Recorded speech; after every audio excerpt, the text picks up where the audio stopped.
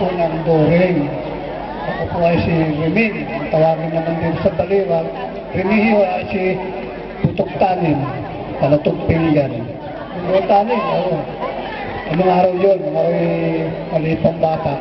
Ang tampo ko sa amin. Dito ang takbo ko sa Baliwag.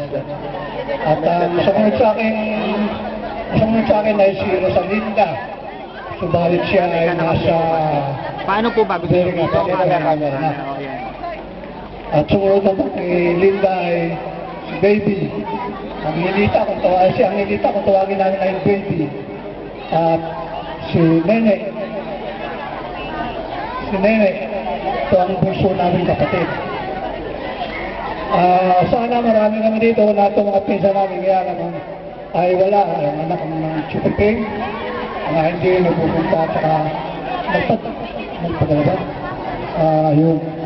At sa anak din ni Chupreglin, mamaya-maya pa sila darating.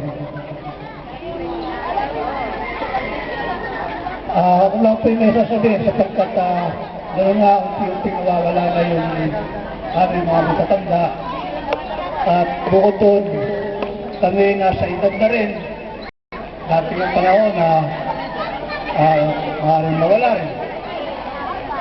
Pero kung ang gagawin naman ay kaya nga dapat na laging parating ganitong meron na pagtitipon, taon-taon, na yung mga anak po ang isang susunod na gagawa magpapatuloy ng reunion na ganito dito sa atin sa Baliwag.